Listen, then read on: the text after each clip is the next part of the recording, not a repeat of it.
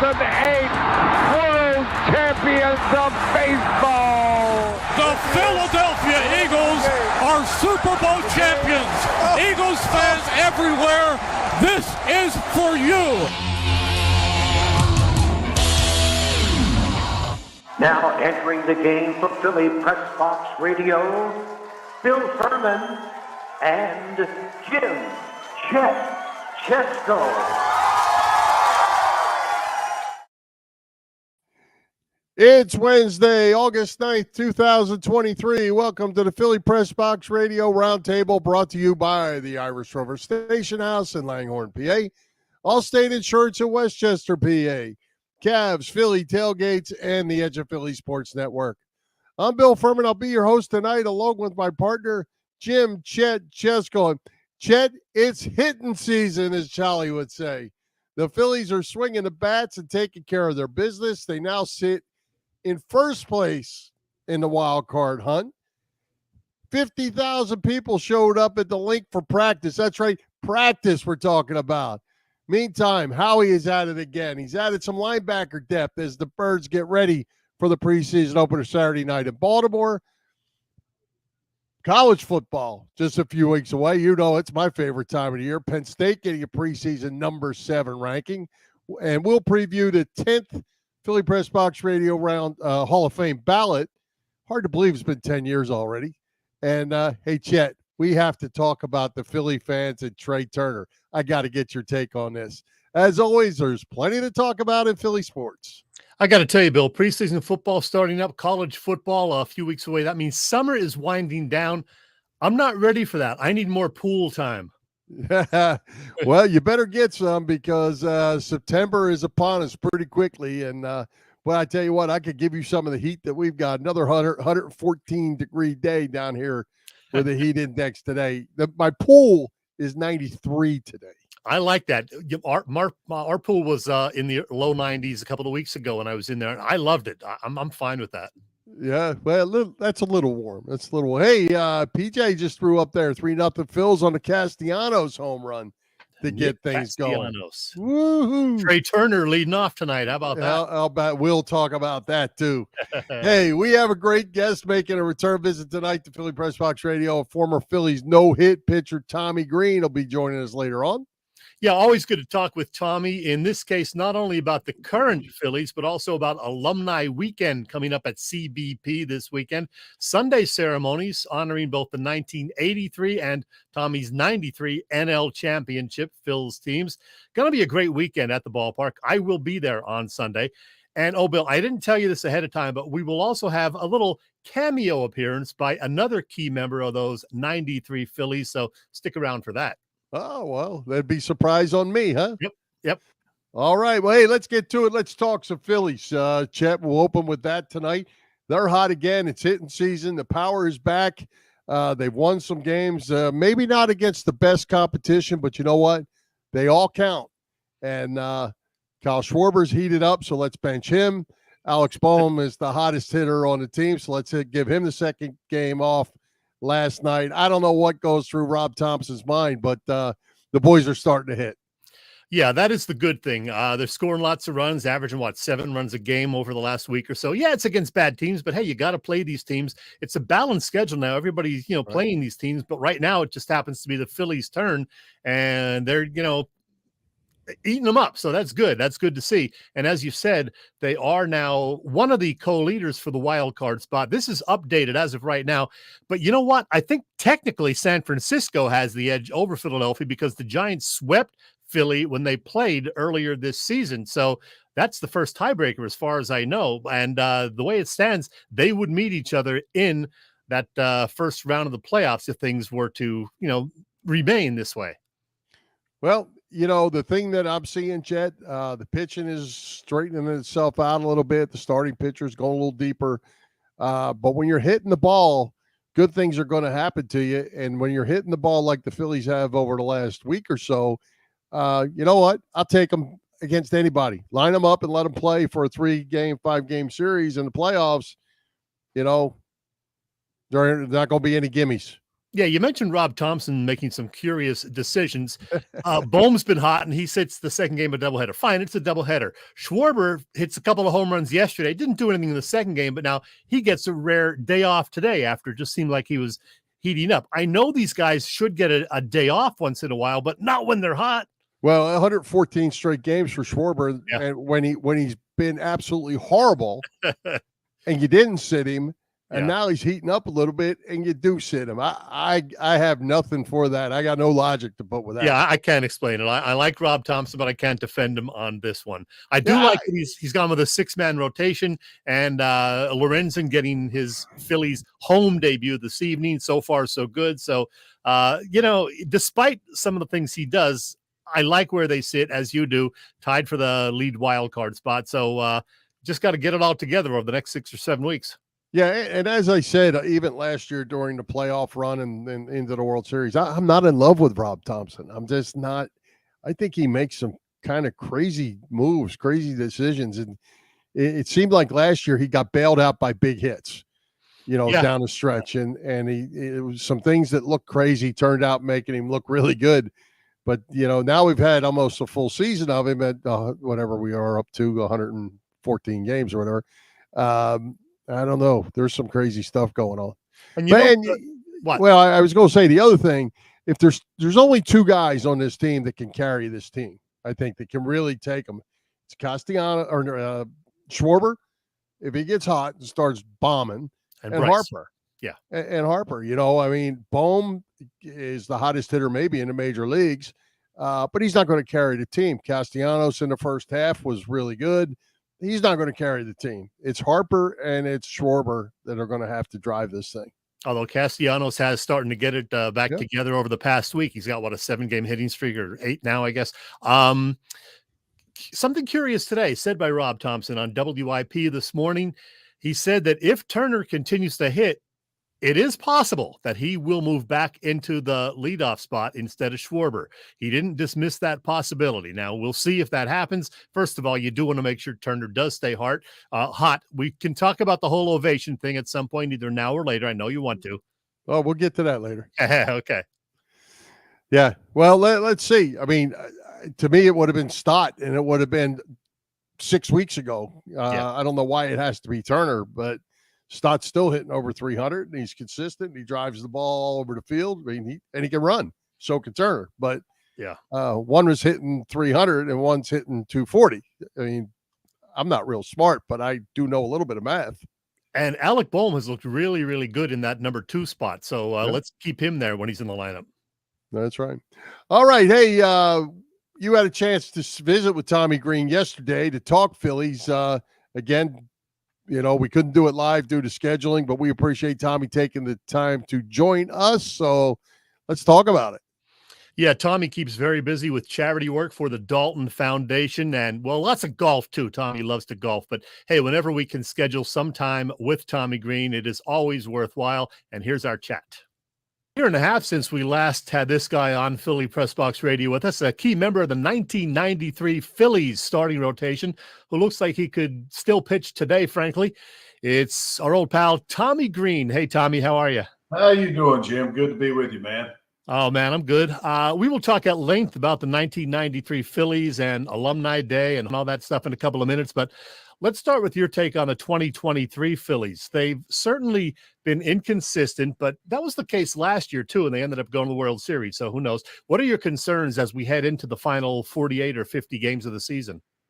Well, I mean, obviously he's getting the guys clicking on the same page here at the end. Hopefully it's trending towards the right direction with Turner getting hot a little bit and we need him to get going a little bit. And he showed that of late, and the fans have been supporting him. One of the other concerns to me is the back end of the bullpen, not just Kimbrel. Kimbrel's been doing a great job, but it's getting Alvarado back if it's possible to help solid up that bullpen a little bit. And overall, they've done a great job. But those are the type of concerns as you get towards the end, is having everybody clicking on all cylinders. And it comes down to pitching, as hopefully the guys can be consistent and give us a chance to stay in every ball game, give us a chance to win. And that's all you can ask. It does look like Bryce Harper's power is coming back a little bit, which would be a big help also. Yeah. Well, I mean, anytime you're looking at home runs, that's the big part of the game now that people love to see is the home runs. But I'll tell you what, I think overall what's happened with Bryce and the way he's going about his business now, he's bought into a lot of things and driving the baseball the other way and doing things that's going to end up probably helping him, in the long run. It just takes the progression of him working, doing his daily stuff, what he needs, knowing when to rest, but knowing, to keep going and to get stronger. That elbow and that right side of his body is going to get stronger, and that's what we needed for it to happen.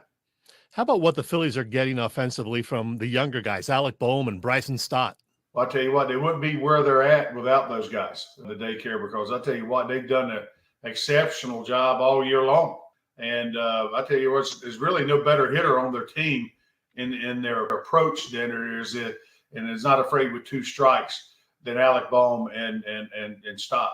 It's a pleasure to see the guys that come through the organization and stuff doing some positive things and good things at the big league level. And it's good for the Phillies scouting department, and it puts a good check mark in the box for all the hard work they've done to try to identify these guys. And the guys are doing well and making progress each year that they play.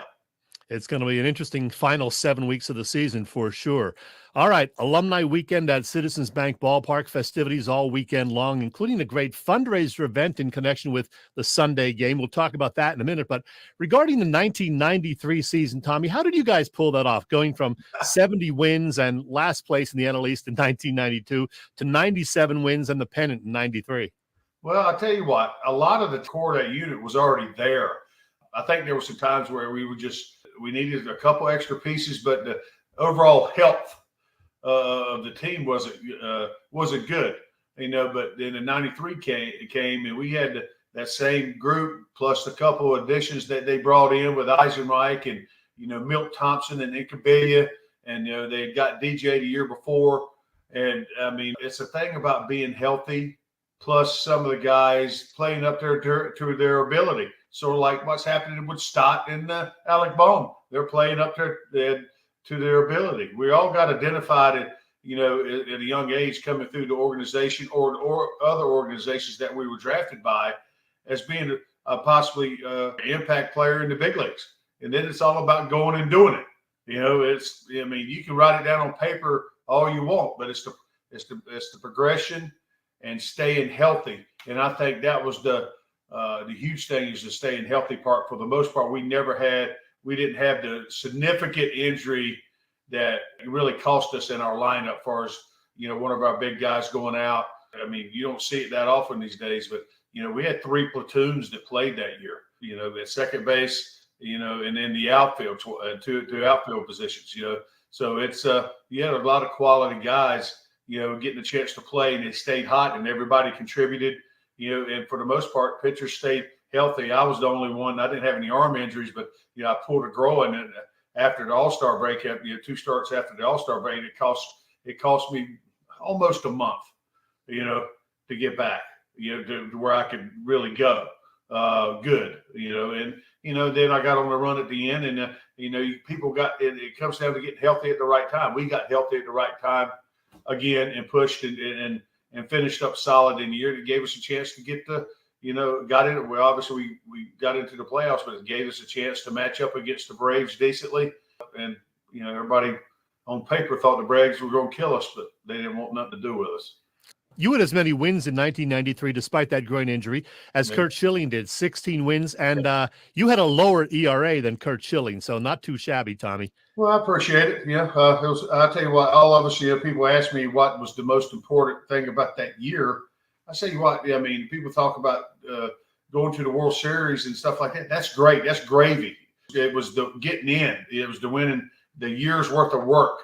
That clinching night in Pittsburgh was probably the most fulfilling night, because you had to get in. You had to win to get in. Yeah. And what meant, it still means a lot. Now they have the playoffs the way they got them in the teams, the wild card teams and stuff get in. If you look back at it, that was the last year before the wild card come in, because 94 was the strike year, 95 was the first year of the wild card. And, we take a little bit of pride in that, I think, because, you had to win to get in. And, now you got other ways to do. The game has changed, and it's good for the city, and it's good, and it's good for the guys. It gives them something to fight for and play for, and because you got a team in Atlanta that's kind of, you're kind of boat racing right as of right now to get out such a big league. But teams can go bad a little bit and lose some, and teams can get hot and make it a little bit interesting. At the end of the year, let's just hope we get on that good run and do things. Well, when we had you on last year, Tommy, early last year, I showed the video, the conclusion of your 1991 no-hitter, which was pretty amazing. But today, since we're talking about the 93 Phils, let's go with this highlight of you in Game 6 that you discussed, the NLCS game against the Braves. You right here going against a pretty famous Atlanta star. Here you go. Deion Sanders batting for the pitcher Merker.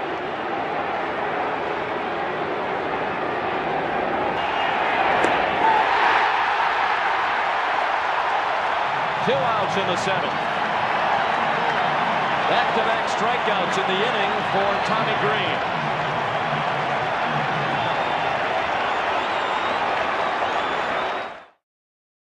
That had to feel pretty good, Tommy. That was one of the better breaking balls I ever thrown, I think.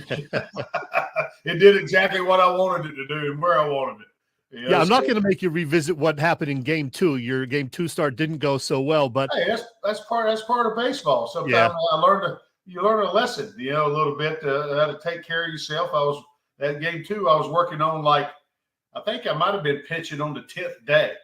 I had I was too strong. I couldn't throw a strike. I was down in the count early, falling behind guys, and that's what happens when you do that. So the next time I pitched on my regular rest, was down in the zone, didn't feel quite as strong, but it kind of works out to where, you don't need to feel like you throw 100 miles an hour. You got to make pitches and stay ahead in counts and dictate rather than have to come to those guys, because those guys, when you come to them, they can hurt you. So. Well, not only did you send Deion Sanders back to the NFL, you outpitched that Greg Maddux to send the Phils to the World Series. So certainly a great memory right there. Hey, I've heard through the grapevine that 4/5 of the 1993 starting rotation will be at the ballpark this weekend. In you, Curt Schilling, Danny Jackson, and Ben Rivera. That's going to be a fun time, I'm thinking. Well, yeah. It would be great to see Terry. I hadn't seen Terry Mulholland in so long. But I tell you what, to have that many that group of guys, 4 out of the 5 there, you can't beat it, because you get a chance to see Curt and Ben. I don't get a chance to see them that often. I tend to see DJ a few times a year, which is also great that the Phillies keep us involved in doing things, down in fantasy camp and that stuff, because we thoroughly enjoy it. And, and me and Danny are involved with a lot of other stuff that people we know around the area, that he comes back for. So alumni weekend and fantasy camp and stuff like that, to get a chance to see these guys is unbelievable. You mentioned Terry Mulholland. This is the last picture I could find him. 2012, he did an autograph signing. And as far as I know, he's still living off the grid somewhere out west. Is that what you know? Well, as far as I know, and that's probably the last time I seen him. And he had his back to me when I come into that signing. Yeah. I think it was down in King of Prussia. And the guy told me, he said, I saw that Terry Mulholland's supposed to be here. I said, you know when he's going to be here? He said, yeah, he's right over there. But he had his back to me. And I had never seen Terry with long hair or gray hair. But he spoke, and he wasn't facing me. He spoke, but I knew it was him as soon as he spoke. That voice he's got is it's unbelievable. So he's one of those deep bass, voices. And I said, that's Terry. Yeah. So I wish we could see him. I know he's been, I think they said, you said off the grid. That's pretty much where he lives at in Arizona, I think, off the grid somewhere. Yep. But hopefully one day we'll get a chance to see him. All right, so Alumni Day Sunday will honor both the 1993 and 83 pennant-winning Phillies teams. And as most fans know, Tug McGraw, John Vukovich, and your teammates, Darren Daulton and David West, all died from brain cancer, unfortunately. And sad as that is, the good news is that the Tug McGraw and Darren Daulton Foundations are teaming up now to raise money this Sunday, proceeds from some of the game tickets and from a special merchandise table going to those two great charities. I know how much charity work you do, Tommy, for the Daulton Foundation, so that's great. Well, I'll tell you what, you can't believe, always, I think about, my dear teammates and my dear friend Darren. I wouldn't be probably where I'm at without him. He was a big part of my life, especially after baseball. We got tighter after baseball. He taught me so much about, how to be a baseball player the right way, challenged me to be better, and made me, have to grow up as a baseball player, as a young man. And I learned so much from him. And to be able to pay for his foundation that he and Amanda started, and try to make a difference in the lives of other people, other family members, and other families that are going through this horrible disease, to make their day better and to bring a smile to their face and be able to deal with things a little better and a little more comfortably. If we can help do that and raise money to be able to help those people, that's what I know I'm all about, and that's what the foundation is about. So we're working hard to do different things. We got different functions coming up. Please check the Darren Daulton Foundation website and see when this stuff's going on, and please be a part to help make a difference in somebody's life. Yeah, there's a night at the Reading Phillies in late August, a fall classic event down in Maryland in September, and a celebrity bartending night at Live Casino in early October. All the details, as you said, at DarrenDaultonFoundation.org. Tommy, this was a blast. My best to your lovely wife, Wendy. I hope to see you at the ballpark this Sunday. Thanks, man. You got it, man. Thanks for having me. Chet, I just so much enjoy listening to former ball players. There's so many great takeaways from that for me. The charity stuff aside, talking about the baseball side, it's all about the process. We as fans, they lost the World Series, they lost the Super Bowl, whatever. But to these guys, it's the process of getting there, putting 162 games together and getting to the playoffs and doing all that.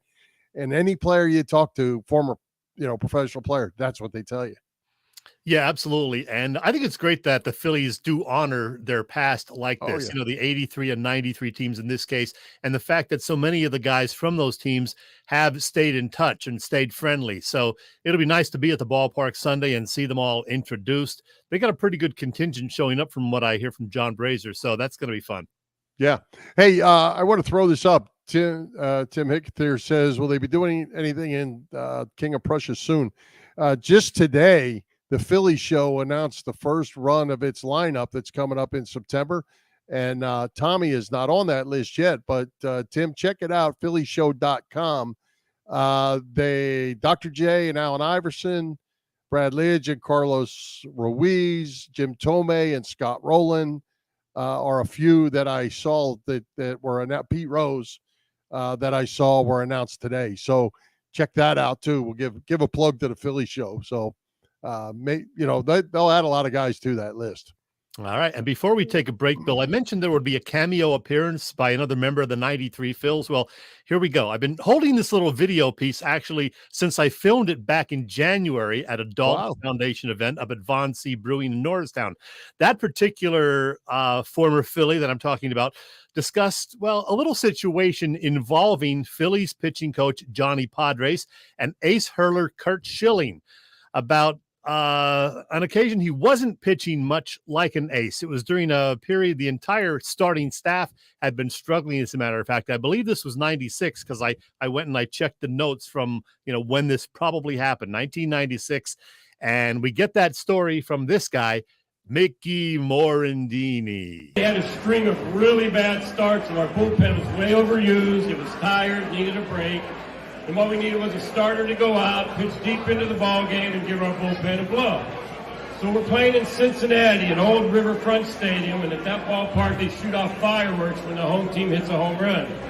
So Schilling's on the mound, and he's getting his butt kicked again. It's like 5-0 in the fourth. and Barry Larkin comes up and hits a home run, fireworks go off. Next batter was Reggie Sanders, home run, fireworks go off. It's like 7-0 now. So Kirk gets the ball back from the umpire, he turns around, rubbing the ball up, kind of gathering his thoughts, and out comes our pitching coach, Johnny Padres. So Kirk turns around and he sees him there and he starts going off on him. What the hell are you doing out here, Johnny? I know I'm getting my butt kicked. I know I don't have crap today. I know I got to stay in this game as long as I can and save this bullpen. And Kurt's kind of rambling on for like 30, 45 seconds. And finally our pitching coach, Johnny Padres, goes, Kurt, I didn't come out here to say a damn word to you. Just came out here to give the fireworks guy time to reload. Never gets old. Never gets old. And he slapped him on the butt and said, go get him, kid. You're going right back into the dugout. Oh, great story. All right. Hey, a couple things happened while we're in our interview. Our man Weston Wilson made his major league debut for the Phillies, his first at bat. 28 years old, by the way. Congratulations to him. 429-footer to left field for a home run. Nice way to start your career with his family and friends there. They've been waiting all week for him to play, and he got his chance tonight. Good for him. Trey Turner and the fans, Chet. What do you make of this? We're putting billboards up. We're all happy. Is this the Philly we grew up in? It brings to mind an old song called Brand New Love Affair. Yeah, what a difference a week makes, Bill. People were ready to boo him last week. They were on the road, as a matter of fact. And then there was that movement to, show him some love when he came home. They did so Friday night, the standing ovation. And he's been on a hitting streak ever since. So, and Rob Thompson discussed that on WIP this morning also. He said, yeah, there probably was something to it because he was kind of down on himself. And then, he feels this love from the fans. And all of a sudden, he's hitting. And it certainly wasn't for a lack of him not working at it. We heard the story about him, in the batting cage at midnight last Tuesday or Wednesday night. So the guy is not a slacker, that's for sure. And I think it's great. I don't care about the Philly reputation about, how hard we can be. In this case, I think it's great because they know Turner's a good guy and it's working out great so far. It's really soft.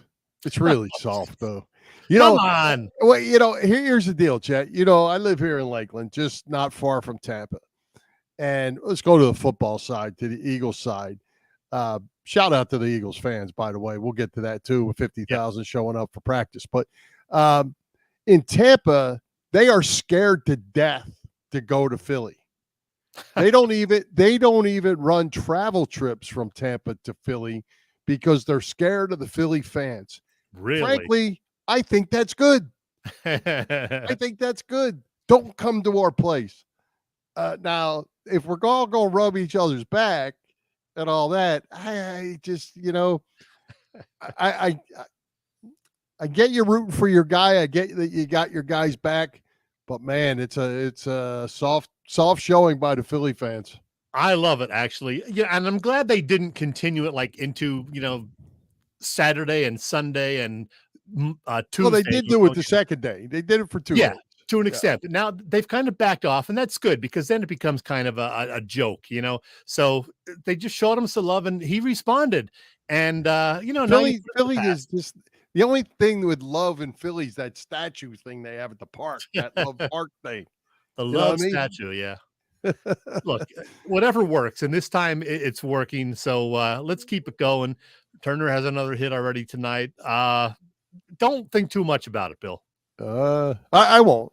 But when the birds start flying at the link, put that nice guy stuff away. I ain't got time for that. We got to make some money. Let's go. All right. It's getting near the end of the summer. Gas prices have gone up, Chet, way up. It's time for you to save some money with Allstate's pay-as-you-go auto insurance. Yeah, Bill, Allstate's pay-as-you-go auto insurance puts you in control. You only pay for the miles you drive with the same full coverage that a traditional policy offers.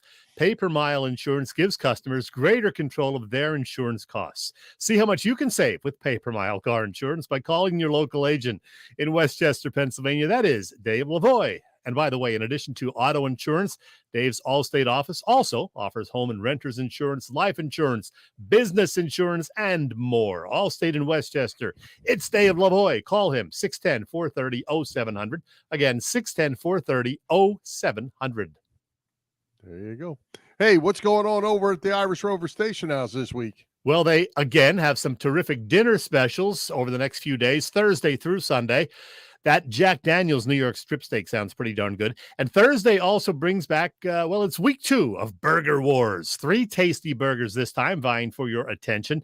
Hey, try them all. What the heck? Of course, there are always 24 beers on tap and a great bunch of beer tenders and wait staff at the Rover.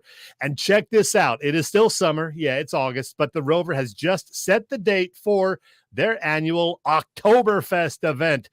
I will be there. It's a terrific event every year. We'll tell you more about it in the weeks ahead, but make note of the date. It is Saturday, September 30th, noon to 6. Yeah, I will be there for sure. The Irish Rover is on Bellevue Avenue in Langhorne. You can get more details on their website, and that, of course, is IrishRoverStationHouse.com. Hey, everybody, it's Willie Nile here, and you're listening to Chet and Bill on Philly Pressbox Radio. You lucky people. We have some comments coming in on our discussion. PJ wants to save his dislike for the visitors. Your boy Dennis, Denny Malloy, you're soft. He's not going with that. Of course, Robbie, he's a tough guy. He's a tough guy. Come on. Robbie's going my way. She agrees that they're soft, and I think Jane is going your way, that she thinks that this is the way that it works. So, interesting. Castellanos with another home run tonight. It's 5-0, his second of the night, by the way. Wow. And hey, it's Charlie says it's hitting season, baby. Here we go. Yeah. Make it 3 out of 4 against Washington. They took 2 out of 3 from Kansas City. You got who? The Twins coming in this weekend. Coming in. Yep. Let's take 2 out of 3 at the minimum from them, and make some put some distance between the rest of those wild card pretenders. That's right. Hey, the excitement's growing. Eagles preseason is opening up. And I'll say this again. We made a little fun last week of the fans waiting in line for their Kelly Green throwback jerseys. 50,000 people at practice is just wild. Shout out to the Philly fans for that one, and nothing soft about that. Yeah, look at this crowd, man. This is for a practice, 50,000. I was there in a couple of past years when they had, 25, 30,000. They said they had 50,000 this time, and they saw a good show, so that was good. Hurts has been looking great from what we understand.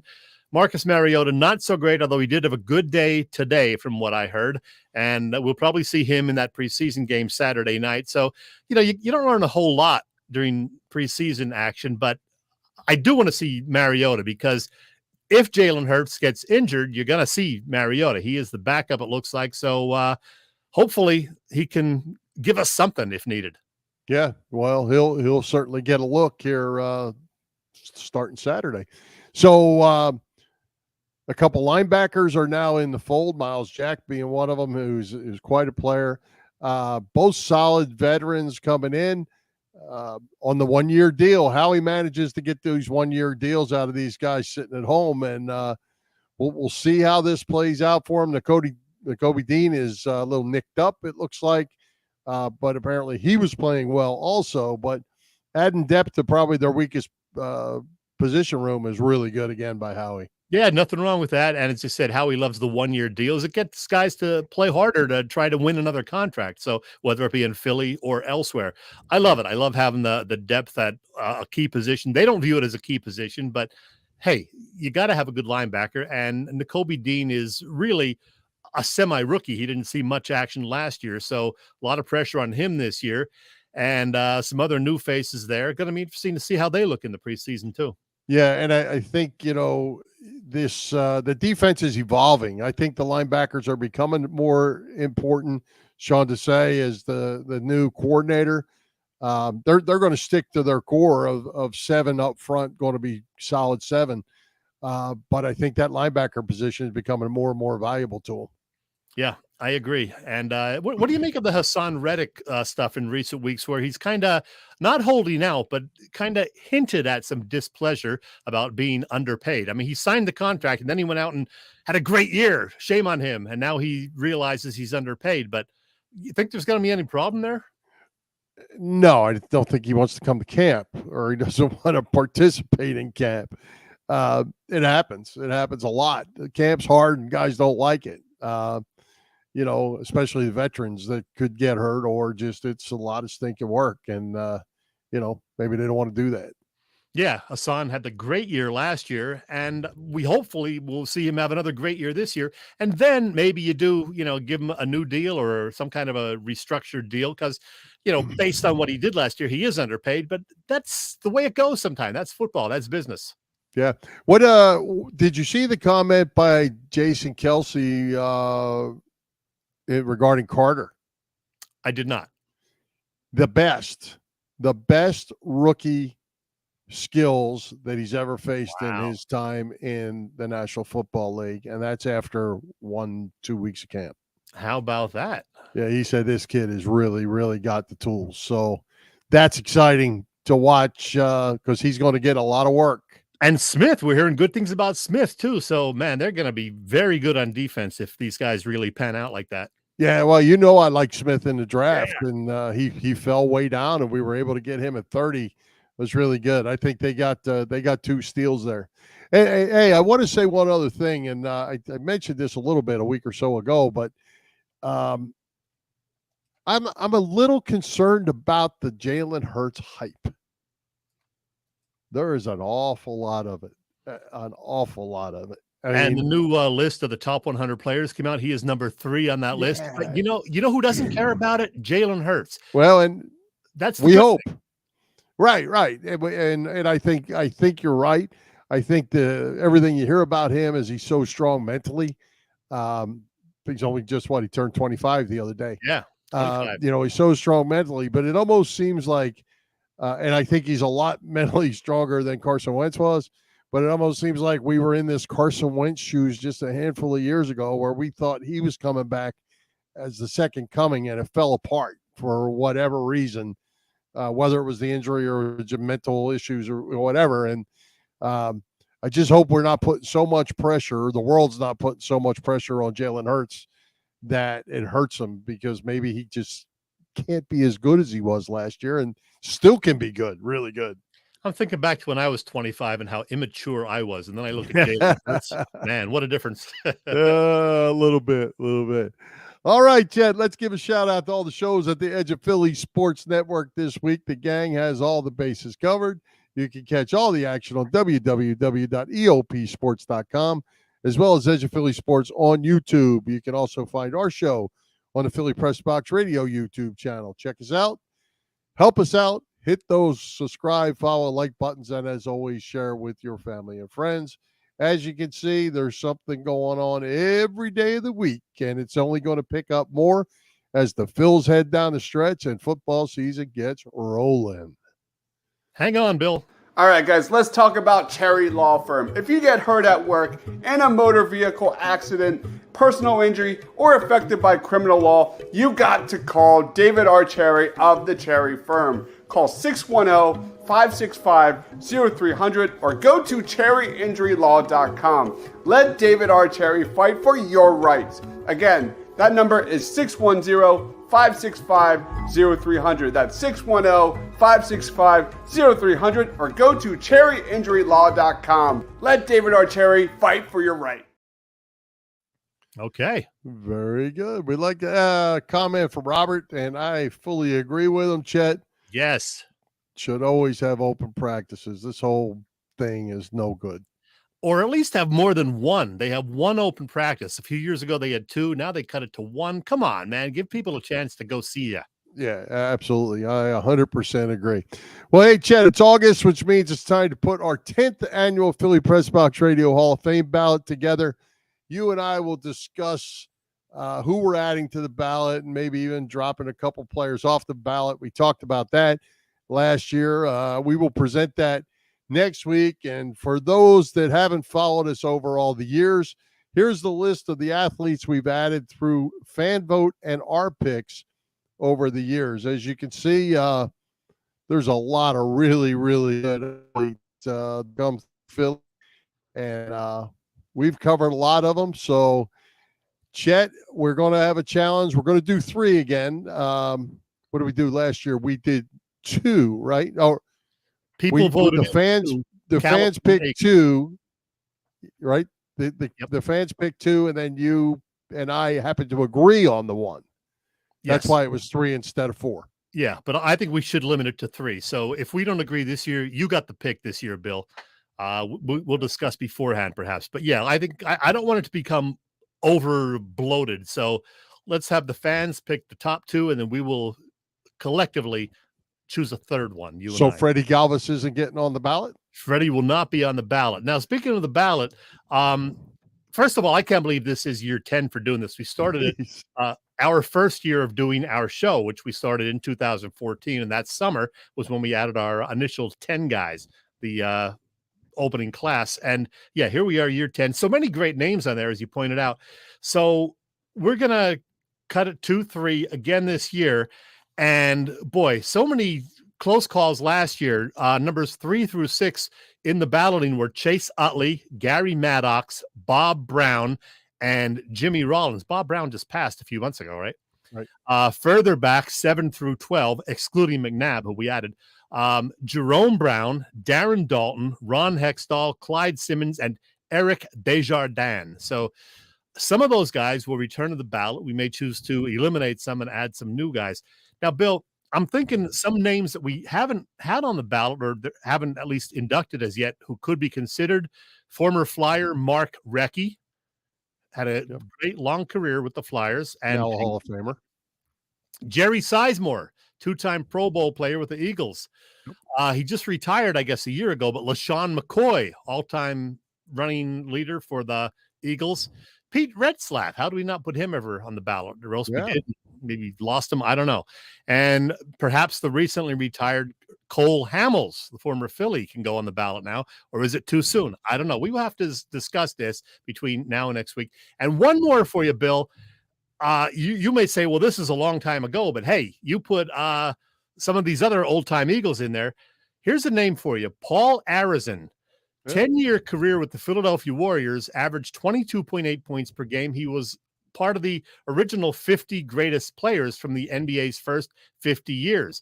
He played, as I said, all 10 years with the Warriors, led the league in scoring twice during that time. So I think Paul Arizin's a guy who should be, considered at least. Absolutely. And he was a lifelong resident of the city area, Delco. Just happened to be. And he had to take 2 years off to serve in the Korean War also. Absolutely. Yeah, good stuff. We'll there's a lot of names that are still out there that can go in, and we'll it's going to be tough to only pick 3 as always. Yeah, so we will have our high-level meeting about this, Bill, and come up with the ballot for next week. Yep, and then we'll probably let it run for 2 weeks, I'm thinking, and then what we did last year. Yep, we'll let it run for 2 weeks and we'll go from there. All right, Chad, tell us what's going on with Bob Cavanaugh and the gang of Cavs Philly tailgates. Well, Bill, Bob Cavanaugh at Cavs Philly Tailgates has been cooking up a terrific catering business for more than 30 years now, known best for their tailgate parties. Cavs is a 3-time winner of Philly Tailgates Jack Daniels Great American Tailgate Party Contest and a past winner of the Philly Daily News Tailgate Award. Cavs also does corporate events and parties, you name it. And I exchanged a few texts with Cav this morning, and he confirmed he will be doing the cooking for tailgate parties before all 8 Eagles home games this season. Details will be on the website next week, Bob tells me, that website being phillytailgates.com. So you can check that website, again, phillytailgates.com. And if you have any questions, you can email them right to Bob.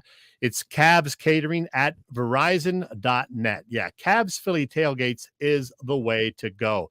And as you know by now, Cavs also works with Vince and Company at Philly Sports Trips. And Speaking of those guys, Bill. All right, guys, if you're a Philly sports fan and you want to travel with your favorite team, then travel with the best. Go to phillysportstrips.com. They have self-travel packages and full travel packages available with round-trip flights from the Philadelphia airport. Packages include direct flights, 4-night stays, all-inclusive tailgate parties, lower-level group tickets. Whatever you want, you got it with phillysportstrips.com. If you want to travel to an upcoming Phillies game, make sure you check out Philly Sports Trips. And do not forget, Philly Sports Trips has all the away trips for the Eagles' upcoming 2023 season. Jump on it now, because you do not want to lose out on all these great opportunities. Go to phillysportstrips.com.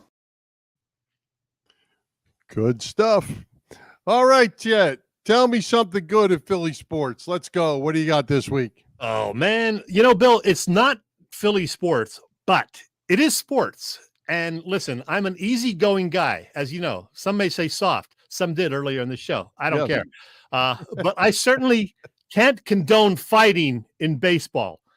But what I can do is appreciate a good play-by-play, if you will, of a baseball fight, like the one in that White Sox Guardians game of a knockout days ago. Yeah, how about that?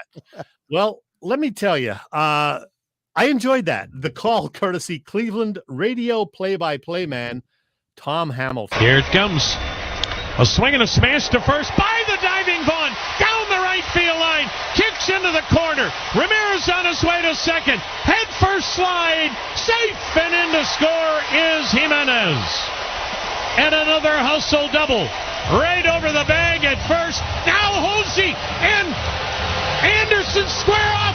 They're fighting. They're swinging. Down goes Anderson. Down goes Anderson. Hosey never gets upset about anything. They came up chewing. Anderson squared off. Hosey decked him. There you go. Down goes Anderson.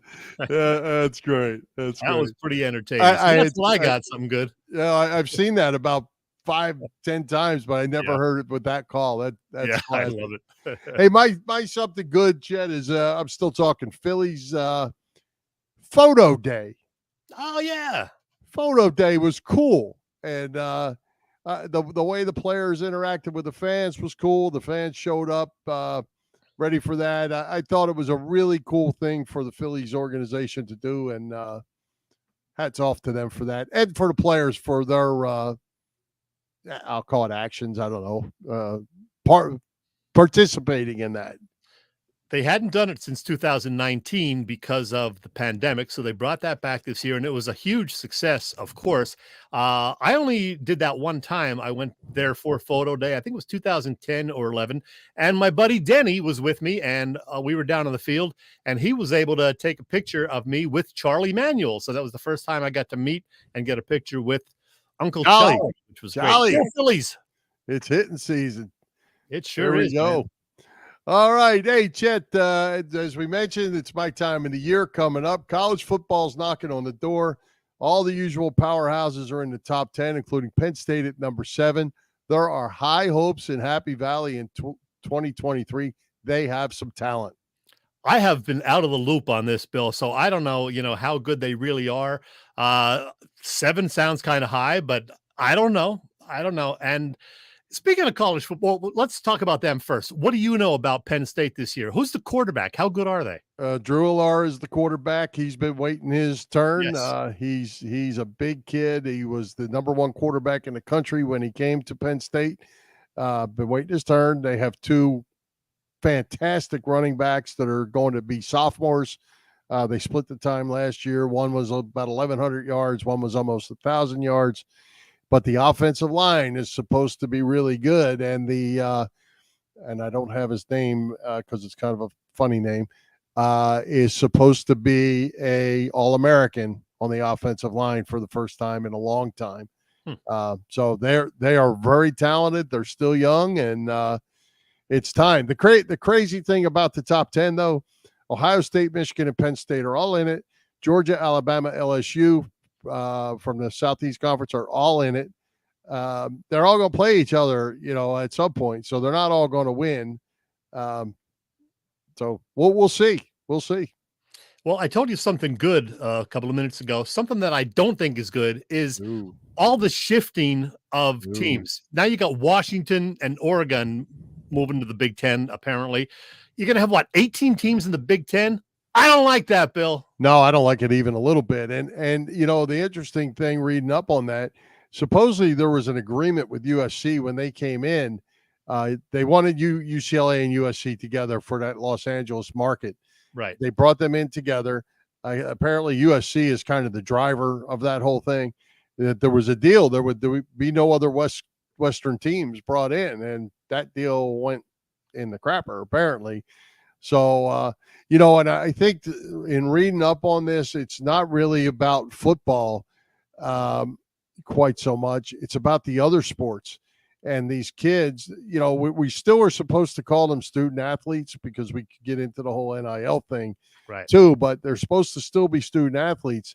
And when you're playing basketball games, or baseball games, and you got to fly to Oregon, then to Washington, then you're going to fly back and go to class, and football flies charter flights.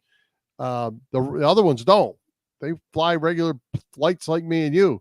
So they get back to State College in the middle of the night, have to go to class, and then spend 2 or 3 days. Now they got to fly to Michigan and maybe go to Northwestern on the way or something like that. It's just not healthy for the kids. That football's one time a week, maybe not so bad, but it's not a good setup for the student athlete.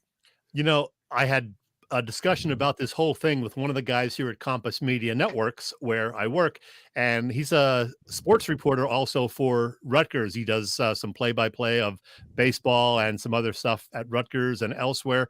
And he mentioned that too, what you just said. And I didn't even think about that, but yeah, they're going to be traveling more and taking a lot of time away from their education, which maybe they don't care about, but maybe a lot of them do. So, I don't think the universities maybe care as much about that situation as they should. Well, it sure looks like they ignored that situation the way it is. They went for the money. They went for the football money and maybe the basketball money. But it doesn't look like they looked after the student athlete very much is what worries me. And the other thing with college sports too is it's gotten crazy when with the whole NIL thing, when girl basketball player, I believe she was from LSU, asked if she was going to go to the WNBA, and she says, I make more money at LSU. So something's wrong with that picture, whether it's the college picture is too much or the WNBA picture is too low. There's something wrong there. So you're going to carry her through, and I don't know if she's going to school or what, I have no idea all that, but you have to take care of the student athlete. They need to get the student part back into the student athlete.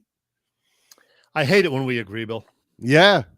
It's a mess, and I hope it gets fixed. But on a good note, Chet, Labor Day weekend, West Virginia comes to Happy Valley on national TV to open the season on national TV. So Labor Day weekend, huh? Awesome. That should be a lot of fun. And down here, speaking of another big game, Florida State and LSU are playing in Orlando on Labor Day weekend as well. So they're going to be some big matchups right here at the beginning of the season. All right. Hey, great guest tonight at Tommy Greene. Who is coming to Philly Pressbox Radio next week? I don't have the answer to that yet, but what I do know is our streak of having a Tom or a Tommy as our guest will come to an end. A 3-week streak. We had Tom Burgoyne last week, Tom Moore the week before, Tommy Greene tonight, but it will not be a Tommy next week. I thought your Rolodex got stuck, and that's just where you were. I'm working on somebody else who's not named Tommy, so I'll let you know as soon as I know. All right.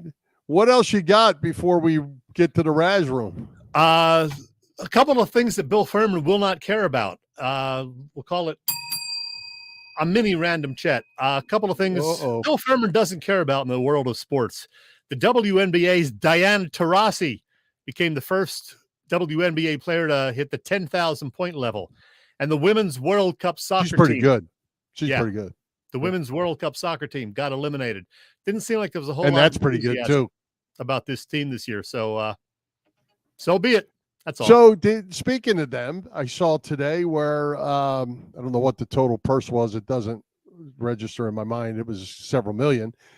So between the men and the women, they split the purses evenly, and each player got $300,000, male and female, for their participation in that debacle. 300,000. Yes, that's not bad.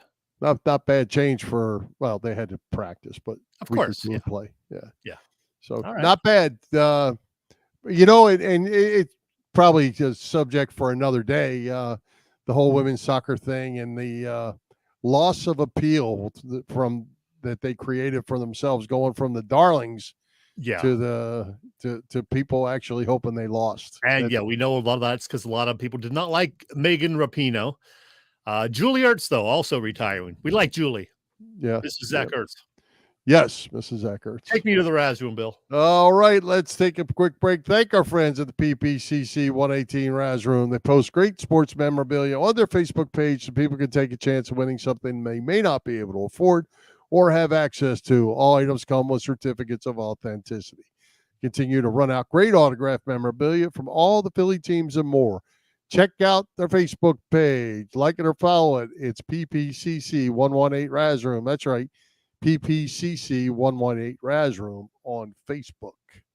And Bill, before we do wrap it up, I wanted to get your take on this guy. He officially did announce his retirement, as we said. Cole Hamels. Pretty good career, especially during his time with the Phillies. Ended it with a no-hitter before he joined the Cubs. Maybe hung on a little too long at the end. But pretty good pitcher. Not a Hall of Famer, but certainly a Phillies great. What is your overall view of Cole Hamels? Absolutely a Wall of Famer. Maybe a first year he's eligible to be a Wall of Famer. Obviously, they don't win a World Series without him. He was the rock there for a while for that team. Really good pitcher. Really good pitcher. Not a Hall of Fame pitcher. Didn't put up those kind of numbers. Maybe if he'd have been able to pull off a couple nice seasons after he left the Phillies, maybe he could have snuck into the Hall of Fame discussion. But certainly a Wall of Famer, and certainly, as I said the other day, he is forever a Philadelphia world champion. Going to be interesting to see how over the next 5 to 8 years, how they do the Wall of Fame with all these guys who are going to be on the wall, like Hamels and Ryan Howard and Chase Utley and Jimmy Rollins and probably Carlos Ruiz. So it's going to be somebody fairly good and famous every year. Yeah. Well, it'll be hard to sort them out and they bring it in at one time. Yep. They could really do that too. And I don't think anybody would have a problem with it other than each one wouldn't get their own night of glory kind of thing, Yeah. They're not going to put them all at once. Yeah. Hey, one thing I meant to mention this last week and I forgot. The Kelsey Brothers podcast. Yes. What is it? High Hopes? What's it called? I forget. Anyway, you can look it up, Google it or whatever. They did an interview a few weeks back. I listened to it on the airplane when I was coming from Chicago. That's what I said. I meant to mention this. They did an interview with Alejandro Villanueva. Right? I'm telling you, Chet, besides the interviews that you do, this is the best interview on a podcast, sports podcast I've ever heard. That's an interesting guest for them. Yeah. Well, he played with Jason with the Eagles before he went on to the Steelers. And it talks about how he came into the military, went to Army and the Eagles and the whole, but now he's a farmer. He's a farmer in South Florida. You need to look it up and listen to it. It's about an hour long and you'll find out some really interesting things. I thought it was worth mentioning for sure. I thought it was really, really good. Not as good as the stuff you do, but very close. Thanks, Bill. All right. Let's wrap it up. And let's thank tonight's special guest, Tommy Greene. Our sponsors, the Irish Rover Station House, Cavs Philly Tailgate, PPCC 118 Raz Room, and Dave Lavoie of Allstate Insurance in Westchester, PA. For Jim Chechesko, this is Bill Furman. We hope you enjoyed the show. We'll join Philly Press Box Radio next Wednesday, August 16th at 7 p.m. You can see us live on Facebook, listen through our website, phillypressboxradio.com, on Google Podcasts, as well as Apple Podcasts, iHeartRadio, and all the others. High hopes, Philadelphia sports fans. High hopes he had.